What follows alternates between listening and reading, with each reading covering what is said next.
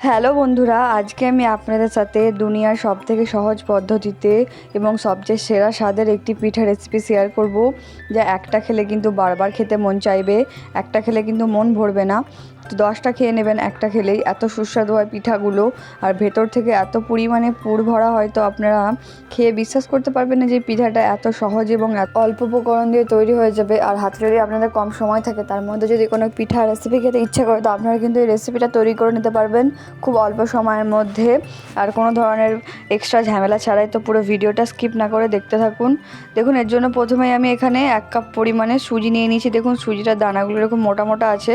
তো সুজিটাকে আমাদেরকে প্রথমে ব্লেন্ডারেতে পাউডার করে নিতে হবে। এতটা মোটা মোটা দানা রাখলে হবে না, মুখে লেগে যেতে পারে, খাওয়ার সময় হয়তো দেখবেন আপনাদের মুখে ঠেকবে। তো যার জন্য দেখুন, আমি এবারে সুজিটার পাউডারটা তৈরি করে নিয়েছি। এবারে আমি যে পাউডারটা একটা পাত্রে দিয়ে এর মধ্যে দেবো 1 চিমটি পরিমাণে লবণ। দেখুন, লবণটা দিয়ে দেওয়ার পর যে লবণটা আমি দিয়ে দিলাম 1 চিমটি পরিমাণে। লবণটা দিলে একটু সুজিটার টেস্টটা আর কি ব্যালেন্স হয়ে যাবে, যেহেতু মিষ্টি দেবো।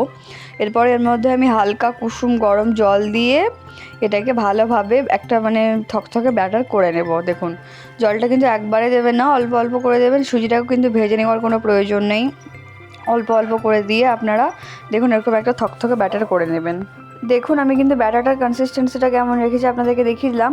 তো ব্যাটারটা এরকম রাখার পরেও আমি 5 মিনিট রেস্টে রেখে দিয়েছিলাম, যার জন্য ব্যাটারটা দেখুন আরও একটু টেনে গেছে। তো সুজি তো যেহেতু জল শুষে নেবে, তাই একটু টেনেই যাবে। আপনারা 5 মিনিট রেস্টে রাখার পর খুলবেন।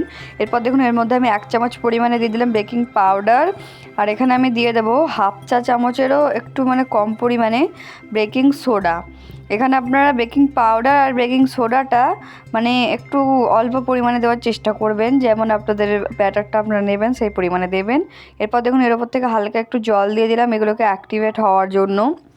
তো জলটা দিলে আর কি এগুলো খুব তাড়াতাড়ি অ্যাক্টিভ হয়ে যাবে।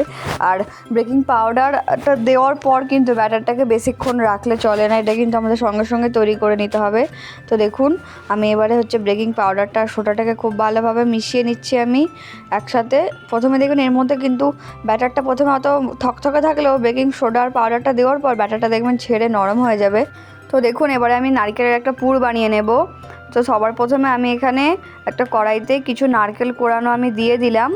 দেখুন, নারকেল কোড়ানোগুলো দেওয়ার পর এবারে ফ্লেমটা মিডিয়ামে রেখেছি। এরপর আমি 2টো ফাটানো এলাচ দিয়ে দিলাম, মুখটা ফাটিয়ে রেখেছিলাম। এরপর এখানে আমাদেরকে দিতে হবে প্রায় 1 কাপের একটু অল্প পরিমাণে গুড়, এটা খেজুর গুড় দিয়ে দিলাম। চাইলে আপনারা এখানে খেজুর গুড়ের পরিবর্তে চিনিও ব্যবহার করতে পারেন, কিন্তু যেহেতু শীতকালের সিজন, আমাদের এখন খেজুর গুড় খুব সহজেই পাওয়া যায় চারিদিকে, তো খেজুর গুড় দিয়ে করলে টেস্টটা কিন্তু অসম্ভব সুন্দর হয়। তো দেখুন, এরপরে আমি খেজুর গুড়টা দেওয়ার পর নারকেলের পুরটাকে খুব ভালোভাবে গুড়ের সাথে মেল্ট করে মাখিয়ে নিতে হবে, দেখতেই পাচ্ছেন। আর আপনারা যদি একটু মিষ্টি খেতে পছন্দ করেন, তো গুড়ের কোয়ান্টিটিটা আপনারা চাইলে আর একটু বাড়িয়েও দিতে পারেন। তো দেখুন, এবারে আমি খুব ভালোভাবে নেড়ে চেড়ে নিচ্ছি। এইভাবেই কিন্তু আপনারা পুরো পুরটাকে নেড়ে চেড়ে খুব ভালোভাবে, যেন গুড়টা এক জায়গাতে জমাট বেঁধে না থেকে যায় কোনো নারকেলের সাথে। আর এই পুরটা বানাতে কিন্তু আমি শুধু নারকেলের ব্যবহার করেছি। দেখুন, আমার কিন্তু পুরটা রেডি, একটা পাত্রে আমি ঢেলে নেব।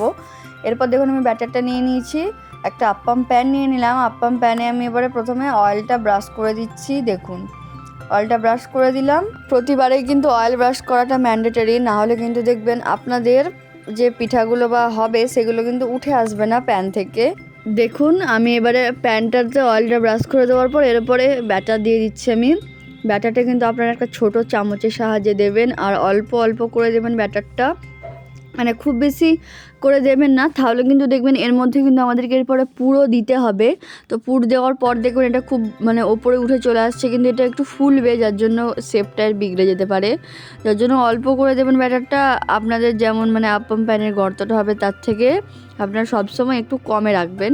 দেখুন, আমি এবারে ব্যাটারটা দিয়ে দেওয়ার পর পুরগুলোকে একটু আপনারা গোল করে জমাটটা বাঁধিয়ে নেবেন, যেন একটু চারিদিকে ছাড়া ছাড়া না হয়ে যায়, এক জায়গাতেই থাকে। তো দেখুন, পুরগুলো দিয়ে এবার আমি চেপে দিচ্ছি, হালকা করে শুধু চেপে একটু ভেতরটাতে আপনাদেরকে ঢুকিয়ে দিতে হবে পুরটা। আর অল্প অল্প করে নেবেন পুর। দেখুন, আমি কেমন হাতে করে একটু গোল গোল করে জমাট বাঁধিয়ে নিই, এবারে এর উপরে একটু হালকা করে প্রেস করে দিচ্ছি দিয়ে। কিন্তু এইভাবে সবগুলো হয়ে গেলে এবার ওপরটা কিন্তু ফাঁকা রাখা যাবে না, আমাদেরকে ওপরটাও এই যে এক্সেস যে ব্যাটারগুলো আছে ওটা দিয়ে, বা আপনারা চাইলে ওপর থেকে আরেকটু করে ব্যাটার দিয়ে ওপরটা কভার করে দিতে হবে। কিন্তু আপনাদেরকে দেখুন আমি যেভাবে কভার করে দিচ্ছি ওপরটা, আর দেখতে খুব শৌখিনতার জন্য এবারে এভাবে দেখুন আপনারা ঢেকে দিতে পারেন যে এক্সেস পার্টগুলো বেরিয়ে থাকবে। আমি যেভাবে ঢেকে দিচ্ছি। আর যদি মানে এখানে আপনারা যখন এটা দেবেন শেপটা, তখন কিন্তু এটা নিচে নামিয়ে রাখবেন। ভাপাতে দেওয়ার জায়গাতে কিন্তু এটা করলে হবে না, তাহলে কিন্তু আপনারা সময় পাবেন না, আপনাদের প্রায় পিঠেগুলো কিন্তু ভেপে যাবে আর পিঠে কিন্তু হবেও না। তার জন্য নিচে নামিয়ে নেওয়ার পর এরভাবে শেপ দেওয়ার পর আপনাদেরকে কিন্তু ভাপাতে দিতে হবে পিঠাগুলোকে। দেখুন আমি কিন্তু একে একেভাবে সব শেপগুলো দিয়ে দিলাম। কতটা সুন্দর শুধু দেখতে লাগছে দেখুন। এগুলো কিন্তু তৈরি হওয়ার পরে আরও বেশি সুন্দর দেখতে লাগবে। তো আমি এবারে একটা ছোট পাত্রে বসিয়ে দিয়েছিলাম। বসাতে দেওয়ার পর দেখুন আমি এবার এগুলো তুলছি। কতটা পরিমাণে দেখতে শুধু সুন্দর হয়েছে দেখুন। আপনাদেরকে এগুলো 10 মিনিট ভাপালেই কিন্তু হয়ে যাবে। দেখুন শুধু কতটা পরিমাণে দেখতে সুন্দর হয়েছে। তো প্রথমে যখন আপনারা দেবেন দেখুন এগুলো কতটা ফুলেছে, যার জন্য এগুলো বাইরে বেরিয়ে চলে এসেছে। প্রথমটা একটু ওরকম হবে। তো দেখুন আমি দ্বিতীয়বারেও দিয়ে দিলাম আর একবার। এইগুলো কিন্তু আরও খুব সুন্দর হয়েছে দেখুন। একটাও কিন্তু ফুলে মানে শেপের বাইরে বেরিয়ে যায়নি খাপের। আপনারা চাইলে একটা টুথপিক গুঁজে চেক করে নিতে পারেন। আমি যেভাবে প্রথমে একবার চেক করে নিয়েছিলাম। দেখুন এবারে একে একে এভাবে তুলে নিচ্ছি। আর চেষ্টা করবেন যেন মানে কোনো এগুলো যেন ছিঁড়ে না যায়, ওঠার সময় যেন ছিঁড়ে না যায়, এরকম চেষ্টা করবেন। দেখুন এবারে একে একে আমি সবগুলো উল্টে দিচ্ছি। চাইলে আপনারা আর এক পিঠটাও করে নিতে পারেন একটু সেদ্ধ। তো এটা করতে আপনাদের সেদ্ধ করতে প্রায় 10 মিনিট সময় লাগবে। আর এভাবে উল্টে উল্টে আরও এটাকে হয়তো এভাবে উল্টে আপনারা 1 মিনিট ঢাকা দিয়ে রেখে দিলেন। আর ফ্লেমটা কিন্তু অবশ্যই হাইতে দিয়ে রাখবেন। হাইতে দিয়ে এটাকে ভাপিয়ে নিতে হবে আমাদেরকে। যেহেতু সুজি দিয়ে, তাও আবার তেল ছাড়া, খুবই একটা হেলদি পিঠাও আপনারা বলতে পারেন। তেলটা এখানে লাগছেই না, তার উপর আবার কোনো ময়দারও এখানে ব্যবহার নেই। নারকেলের পুর দিয়ে কিন্তু অসম্ভব দুর্দান্ত খেতে লাগে এই পিঠাটা। দেখুন আমি কিন্তু হাই ফ্লেমে দিয়ে আরও একবার এগুলো উল্টে পাল্টে দিচ্ছি। ওইগুলো তোলা হলে কিন্তু আমি এই সেম প্রসেসে আরও একবার দিয়ে দিচ্ছি। দেখুন আপনারা যখন মানে এখানে একটা আপনাদেরকে টিপস বলে দিই, আপনারা যখন একবার দিয়ে দেবেন দেখবেন ব্যাটারটা তো কিছুটা রেস্ট পেয়ে যাবে। দেখবেন তখন ব্যাটারটা জল টেনে নিয়ে আরও একটু ঘন হয়ে গেছে। তো এই পর্যায়ে আপনারা চাইলে ওর মধ্যে জল মিশিয়ে ব্যাটারটাকে একটু আপনারা পাতলা করে নেবেন। তাহলে কিন্তু দেখবেন আপনাদের একটু পাতলা ব্যাটারে কাজটা করতে বেশি সুবিধা হবে। তো দেখুন আমি আরও একবার সব মানে খোপগুলোতে দিয়ে দিচ্ছি সুজির ব্যাটারটা। এখানে কিন্তু আমি সুজি ছাড়া অন্য কিছু ইউজ করিনি। এবারে দেখুন আবারও আমি সেম প্রসেসেই হচ্ছে যে পুরটা আছে, পুরটাকে গোল গোল পাকিয়ে একটু মানে জোটবদ্ধ করে এখানে দিয়ে দিচ্ছি। দিয়ে মাঝখান থেকে একটু জাস্ট প্রেস করে দিচ্ছি। তো একইভাবে এটাও আমি করে নেব।